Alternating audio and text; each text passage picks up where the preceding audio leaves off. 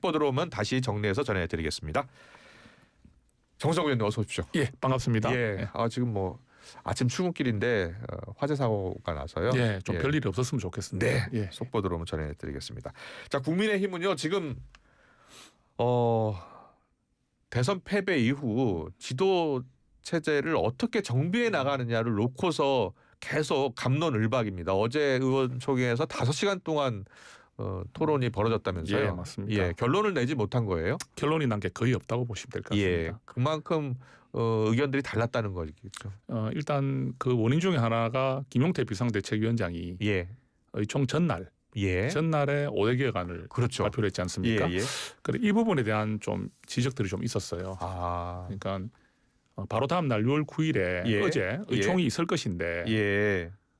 의원들하고 좀 소통을 하고 그런 개혁안이 나오는 것이 좋지 않았겠나. 근데 왜 이렇게 전날에 좀 감행을 해서 이렇게 했느냐 이런 좀 지적을 하시더라고요. 궁금한 게요. 이 예. 5대 개혁안은 비대위 추인을 받은 거예요? 아니면 개인 생각이에요? 비대위가 지금 추인이 안 되지 않습니까? 그렇죠. 뭐 해산이 사퇴도 됐기 하셨고. 때문에 예. 지금은 비대위원장 혼자 있고 그러면 혼자 결정한 거예요? 혼자서 이렇게 구상안을 낼 수는 있는데 예.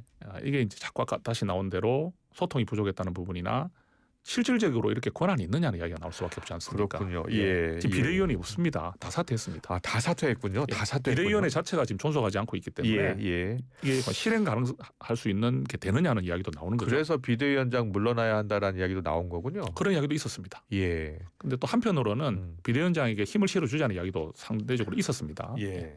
알겠습니다. 자, 그러면 어제 있었던 이야기를 좀 해보겠습니다. 김용태 비대위원장이요. 일단 5대 개혁안 제시한 것을 놓고서 갑론을박이 벌어졌다고 말씀해 주셨는데 먼저 첫 번째 9월 초까지 전당대회 개최 여부에 대해서는 어떤 의견들이 있었어요?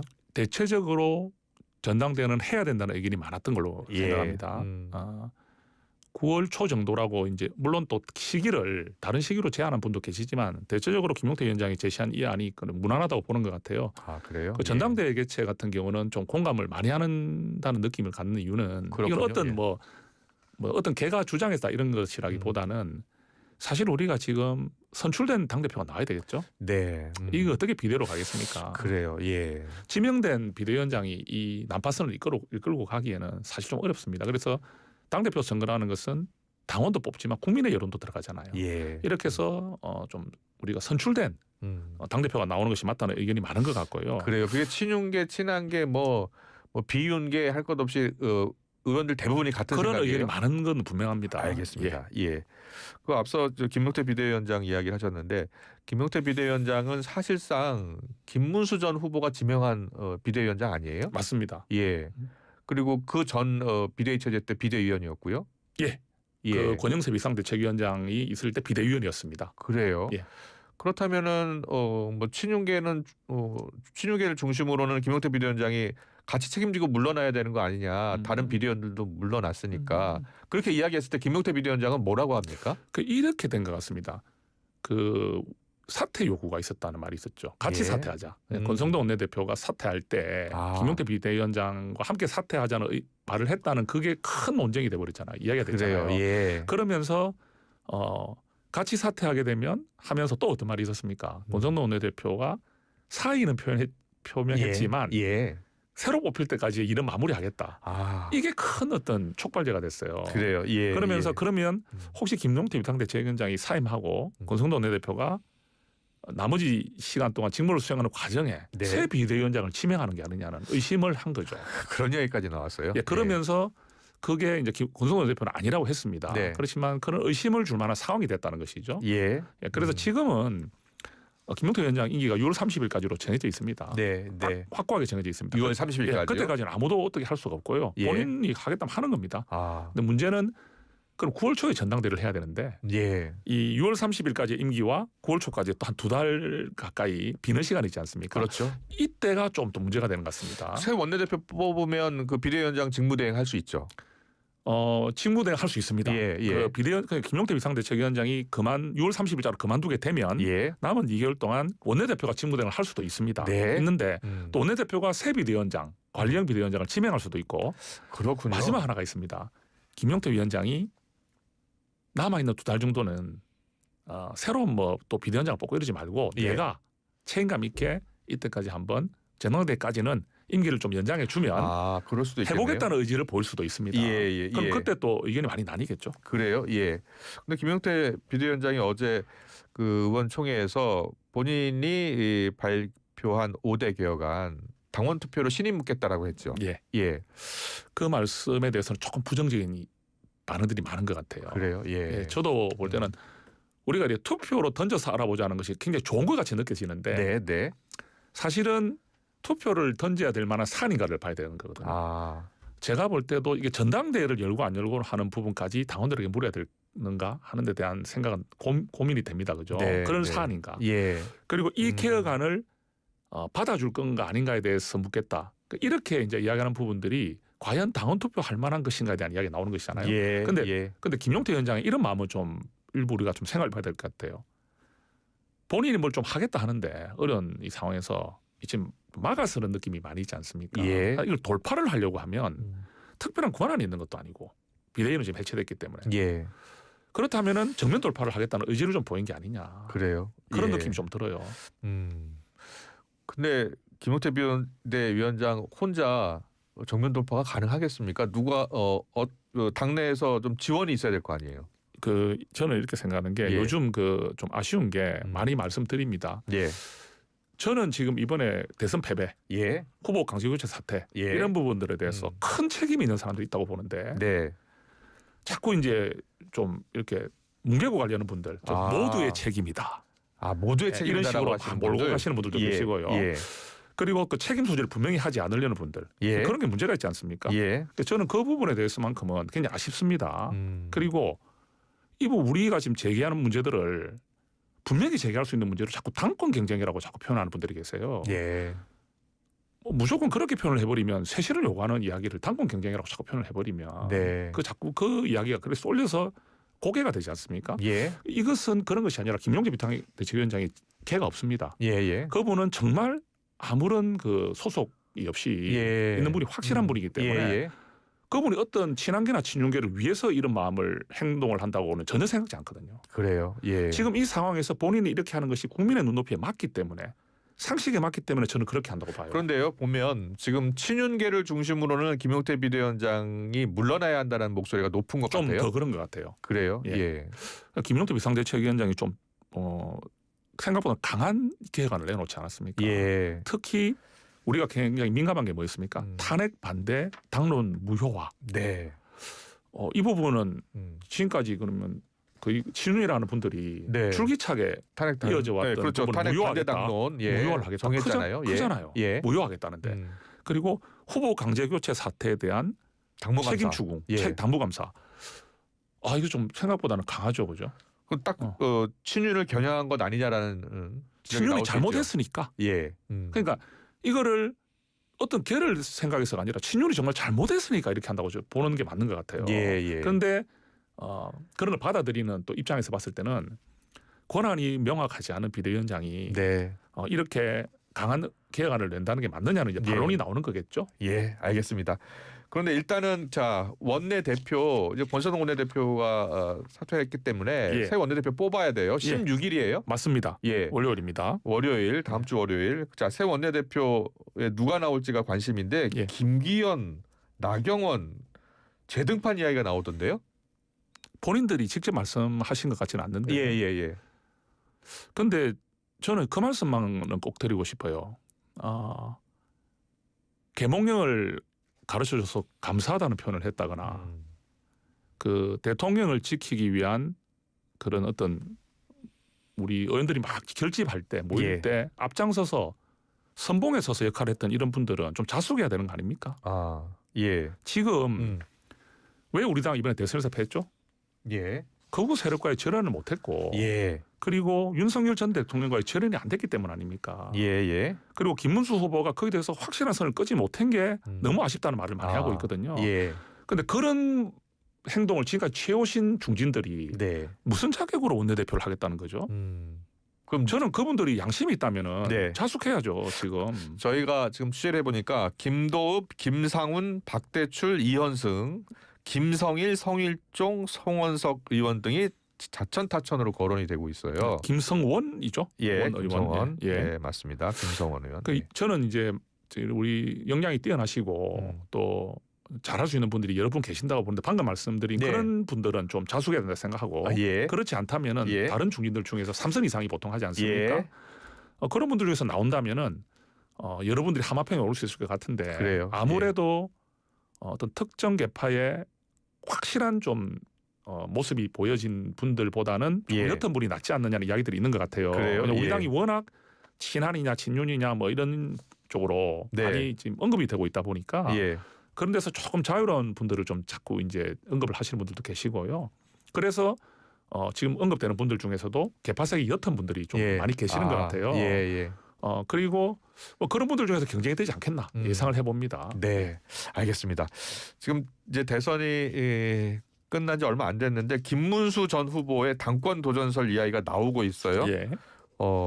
정성우 의원께서는 어떻게 전망하세요? 저는 나오려는 마음을 가지고 계신 것 같은데요. 그렇게 보시는군요. 안 그러고는 저런 모습을 보일 이유가 없지 않습니까? 네, 해단식 이후에 지금 안철수 나경원 의원과도 만났고요. 예. 예. 그게 이게 뭐 총선에서 진 것도 아니고 대선을 패배하신 분이 바로 다음 날 뭐 현충원을 참배하고 공개적으로 예. 공개적으로 참배하고 본인의 이런 어떤 일정을 알리고 예.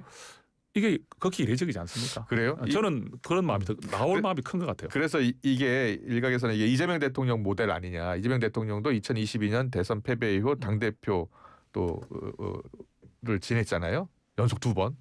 그 맞아요. 모델을 따라하는 거 아니냐. 좀 케이스가 다르지 않습니까? 예. 이재명 대통령 당시에 예. 그 지금 전 대표 같은 경우는 예. 그 0.73% 차이라는 예. 사실상 석패를 냈지 않습니까? 네. 예. 젖잘사라는 말이 분명히 맞는 이야기죠. 예. 그러니까 0.73% 24만 표 차이로 졌어요. 예. 그런데 김문수 후보는 지금 8.2% 차이는 완패거든요. 예. 완패고 어떤 분들은 뭐 잘 싸웠다는 분들 계시지만 김문수 후보가 아니라 다른 후보가 나왔더라 하더라도 40% 정도로 나온다고 다 생각을 하죠. 보수가 그래요? 결집하기 때문에. 그러면 김문수 후보로 인해서 득표율이 더 되지 못했죠. 그 이유가 예. 아까 말씀드린 대로 모호한 그 태도, 극우 예. 세력과 윤석열 전 대통령의 관계에서 모호한 태도 이런 것들이 계속 지속됐기 때문에 네. 그런 결과가 나왔는데 그런 대선 패배 결과를 대한 책임감을 느끼지 않으시고 예. 이렇게 당당하게 이렇게 나오시는 부분은 좀 의아하다 이렇게 생각합니다. 그래요. 한동훈 전 대표도 당권에 도전할 거 아닙니까? 저는 그렇게 확신하지 않습니다. 그래요? 예. 예. 제가 뭐 소통을 자주 하고 있는데 뭐 이렇게 방송 나와서 뭐 제가 뭐 연막 펴려고 하는 것도 아니고요. 네. 정말로 그때 혹시 총선에서 패배한 이후에 비대위원장 그만두고 당대표 나올 때까지 네. 두세 달 계셨잖아요. 그랬죠. 생각납니다. 예. 그때는 도서관에서 책 읽고 이런 네, 모습도 봤었고. 물어볼 필요도 없이 예. 거의 대부분의 분들이 나온다고 했잖아요. 네. 근데 지금은 상황이 좀 다른 것 같아요. 왜냐하면 지금 우리 당이 그때보다 훨씬 더 어렵습니다. 그때는 대통령이라는 그 힘과 또 예. 여당이었잖아요. 아. 지금은 이제 우리는 107석의 야당입니다. 예. 어떻게 보면 그 거부권도 없고 법안 하나 제대로 우리가 막을 수 있는 힘이 없는 당이고요. 지금 우리가 말하는 사법권까지도 지금 고개를 숙이고 있다 하지 않습니까? 예. 이재명 대통령에게 이런 상황에서 예. 한동훈 전 대표가 나와서 이 어려운 우리 당을 이끌어 나가면서 내년 지방선거, 특히 내년 지방선거는 너무 중요합니다. 네. 지방 권력. 이 우리가 이걸 회복할 시간이 필요한데 네. 지금 우리 당의 분위기가 아직까지도 절연이 잘 안 돼요.